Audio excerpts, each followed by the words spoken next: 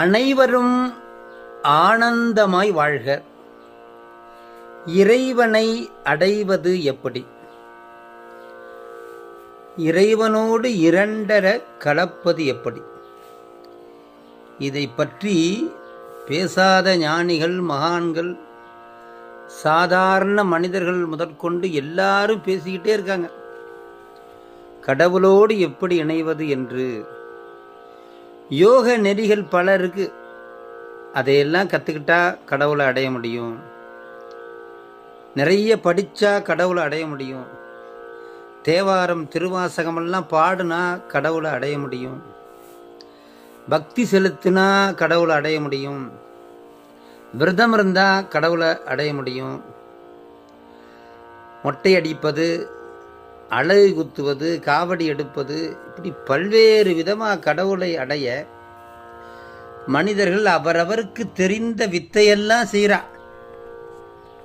கடவுளை அடைய முடியுமா? பரமேஸ்வரனுடைய திருவடியை அடைய முடியுமா அப்படின்னா அபிராமி பட்டர் சொல்றார்,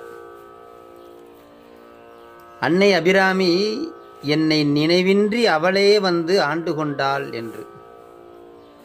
மாணிக்க வாசக பெருமான் சொல்கின்றான், மிக அற்புதமாக மாணிக்க வாசகர் சொல்கின்றார், அவனருளாலே அவன்தாள் வணங்கி, அவனருளாலே அவன்தாள் வணங்கி என்று மாணிக்க வாசகர் சொல்கின்றார். இதனுடைய பொருள் என்னவென்றால், தந்தது உந்தனை கொண்டது எந்தனை என்று திருவாசகத்திலே பாடுகின்றார்.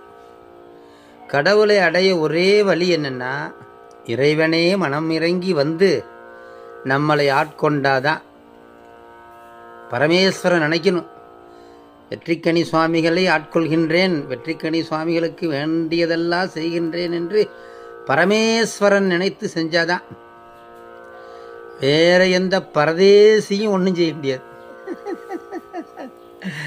அந்த பரம்பொருளாகிய அந்த பித்தன் ஈசன் வந்து செய்தாதான். இதுதான் உண்மை. நமக்கு ஏதாவது வேணும்னா அவன்கிட்ட தான் வேண்டணும்.